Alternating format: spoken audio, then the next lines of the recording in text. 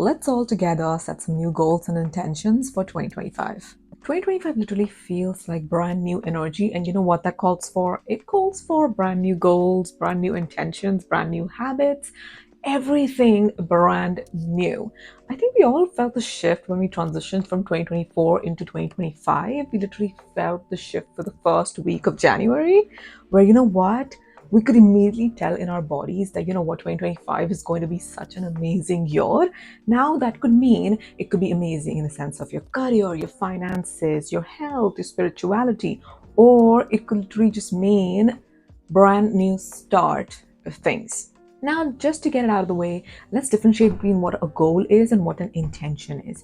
Now, for example, if your goal is to lose 10 kgs, right? And you said that, you know what, I'm going to give myself 6 months to lose 10 kgs. Again, there's a time limit on it. There's a deadline to it, okay? So that means it's measurable, it's quantifiable, and you can actually keep a track on your goal. However, your intention looks something like this. Your intention behind losing those 10 kgs is probably because if you're a woman, you suffer from PCOS, PCOD, and you just want a better, healthier lifestyle. Or in general, it could apply to anyone where you're actually just looking for a healthier lifestyle, where you just want to be healthy, where you just want to be the fittest you possibly can. So that's an intention, which is something that is not measurable. It's very subjective. It's open. It's literally open for being subjective because everybody's different. Everybody's intention behind losing that kind of weight could be different.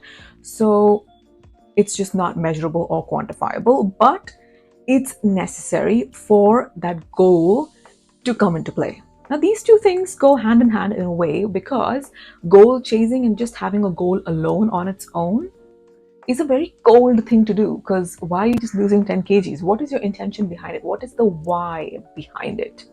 Basically, your intention gives you the why.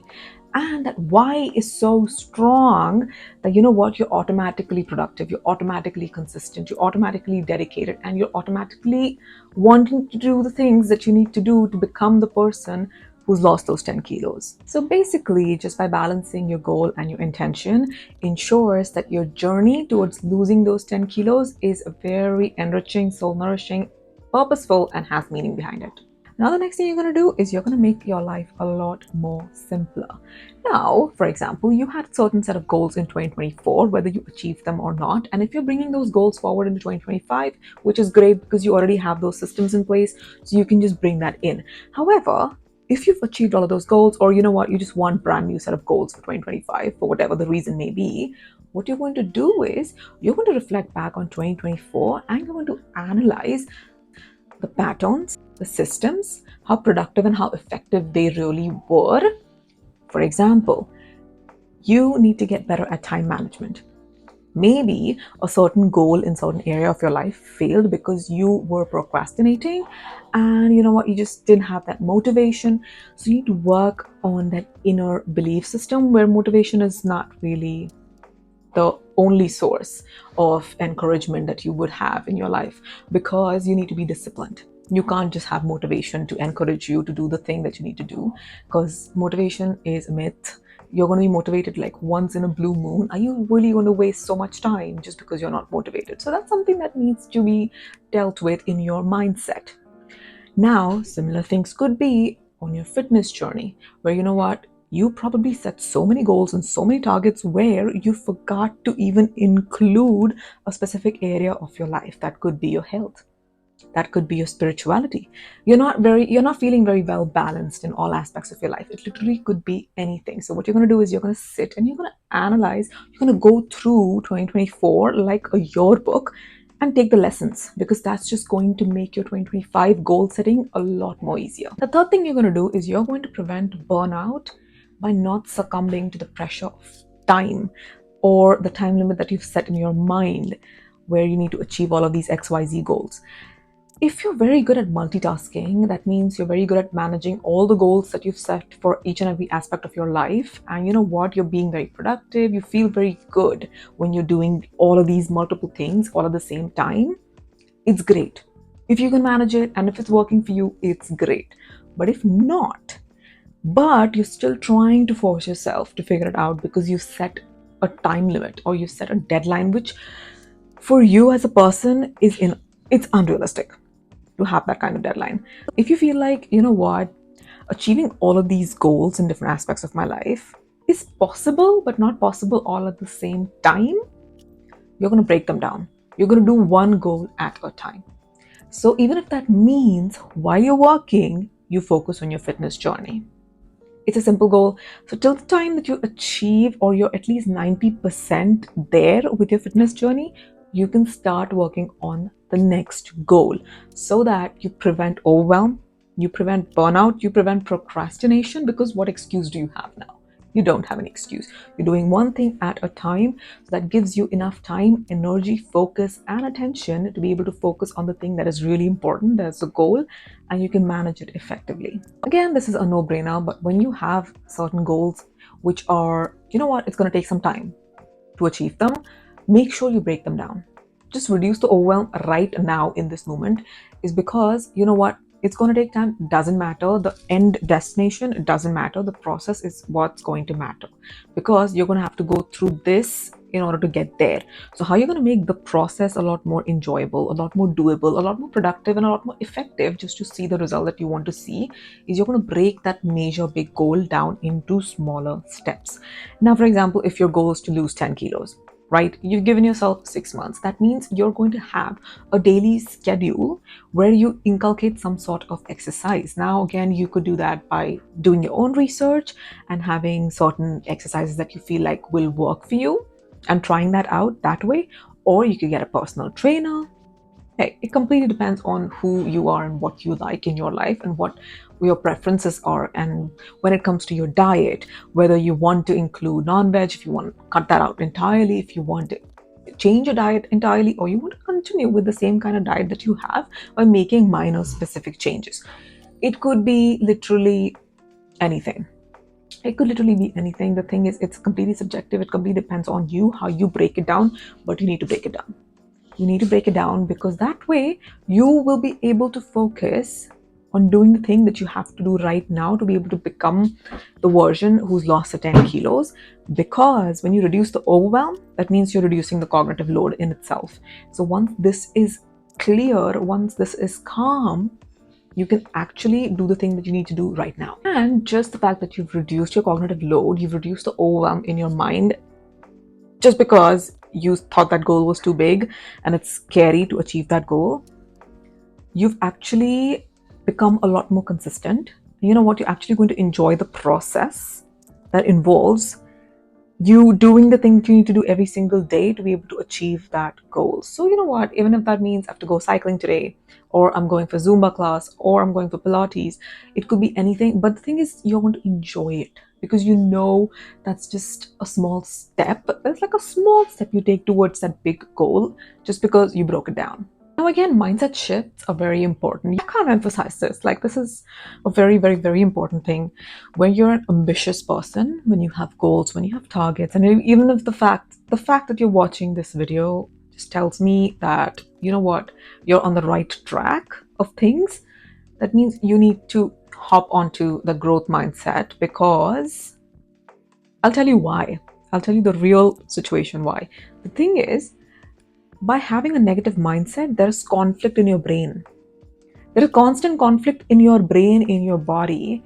You're not, like, what are you going to deal with? Are you going to deal with the pressures of the actual goal that you intend to have, the thing that you need to do, or you're going to deal with this, your internal conflict? Right. And on the topic of dealing with things one thing at a time, you're going to fix this. What's going on inside needs to align with what's going on outside, because if there's internal conflict all the time, where you're going from spaces, when you're coming from spaces of self-doubt, negativity, you know what, past failures, and judging yourself for past failures, if you're coming from a place like that and you're trying to push forward in a direction where you're like, I'm going to achieve this goal, even if you take all of the practical steps, your mind and your body and your energy is not in alignment with that goal. I'm not saying you won't be able to achieve it. It's just going to take a lot more effort, because you haven't done the work that you need to do in the first place.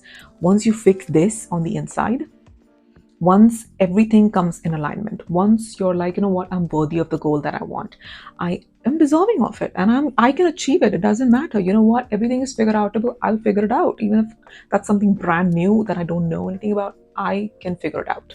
If you're coming from that place, it just makes your life a lot more easier.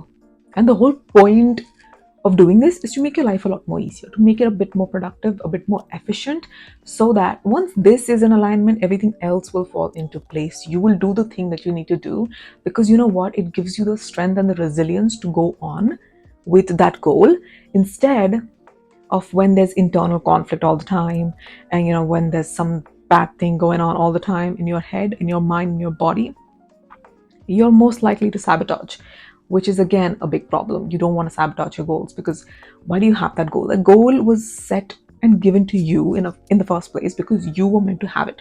But to have that goal, you need to become that person also. It's about your journey also, in a way. You need to become that person, and then that person already has that goal. So you're completely in alignment. So you need to fall back in alignment with yourself. Now, again, when you're setting goals, you need to make sure of two things. That is, these goals are in alignment with your core values and what you actually want to do as a person.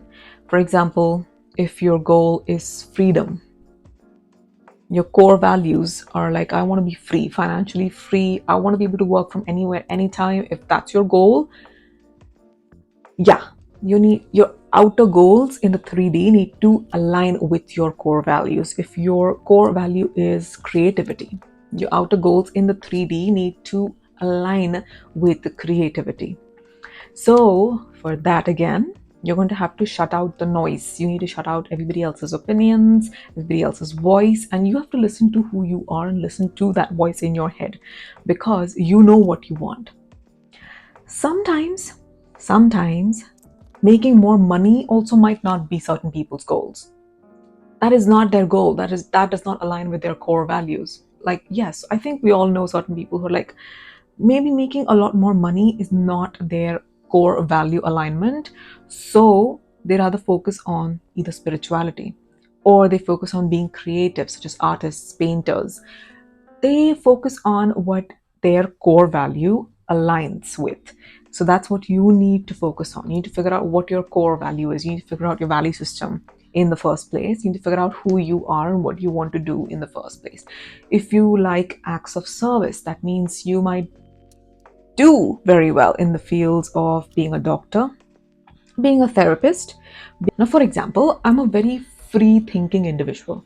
I express myself very openly, very freely, and I love freedom in every aspect of my life.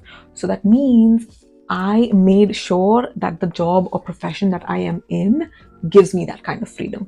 I don't like to I personally don't like to report to people, having to give explanations, all of that. No, none of that. I'm my own person. I have my own individual life. I'm responsible for it, and I'm going to make the most out of it. So, just by the fact that I'm doing something creative, or doing something like YouTube, or doing a podcast, or being on Instagram, it actually gives me, and it aligns with the freedom that I really want, because that is my core value. It gives me the chance to align with that. So, if that makes sense to you guys, you know exactly what kind of a job that you need to be in, or what kind of a profession or goal you need to have. Now, again, to make sure that you're on track with your goals, and you know what, it's going according to plan most of the time, what you're going to do is you're going to take a step back, look at the bigger picture. In the sense, you're going to analyze everything you have done up until now, which is kind of working towards a major goal that you're looking at. That could look something like this, where you're tracking your progress, where you have an Excel spreadsheet where you write down all of your goals, and you're checking in from time to time, making sure that you know what, you've achieved your daily target, or you have a to-do list, or you have a schedule, or you have calendar blockouts where you know what, people color code the calendars, and you know what, that aligns with them. That's why it works for them, and they do that in order to maintain productivity towards working towards the bigger goal, so that they can see everything what they've done up until now. They can maintain that, they can track it, and they know where they've slacked, or they understand that, you know what, there was probably something that was due yesterday that I didn't do, or I did not have enough time. So that means they need to get better at time management, or they need to get better at productivity, or they need to get better at multitasking, something like that. So you're going to figure out what way works for you to be able to keep a track of the goals. In the sense, it's not really keeping a track of the goal, it's really keeping a track of the thing that you said you were going to do today in order to take yourself one step closer towards achieving that goal. So you're going to do that. Okay, so that means you're taking accountability for your own actions. You need to be responsible, okay? You need to be very responsible. Now, again, it comes from a place of how much you want that goal, how badly you want it. So you will do whatever it takes to get to that goal. So once you figure that out, it'll just fall into place. And again, you're going to celebrate small wins while staying flexible. Now, just because you have a goal does not mean you are very rigid with it. Because sometimes you're going to fall ill, and sometimes, you know what, you need a break, mental break, physical break, spiritual break. You need some sort of a break. You just don't want to continue doing the thing that you said you were going to do, which is fine, because we're human beings, we're not robots. Okay, so this is completely flexible. It needs to be flexible because that's not how we work, that's not how our minds work, that's not how our bodies work. And you're going to give yourself that break, because when you come back from that break, or when you come back from that retreat that you said you were going to, just to give yourself a little relief, you're going to start fresh, and you're going to come back with a very positive attitude. You're going to come back rejuvenated, energized, and you know what, that's going to allow you to chase that goal a lot more. Like, if you were giving 50% throughout, now you're giving 150% just because you took a break and you came back. So don't worry about slacking off or anything like that. That's not how it works. These goals are flexible, so make them your own, just to make sure that you fit in every aspect of your life. We're not bots, we don't work like it. So go easy, just go easy on yourself, because these are your personal goals. Unless somebody's life depends on it, or somebody's life is on the line, it's a different story. It does not apply to those areas. But these are your personal goals, so go easy on yourself. Make it your own, make it enjoyable as much as possible. Having said that, I hope you guys enjoyed this video. We come to the end of this brilliant video, and just take some notes from this, because this has very effectively worked for me in the past when I was working and I was chasing my other life goals all at the same time. So with that, I'm going to see you guys in my next one. Till then, take care and bye. Money on top of me, money on top of her. Money on top of me, money on top of her. Daddy fuck on me 'cause you know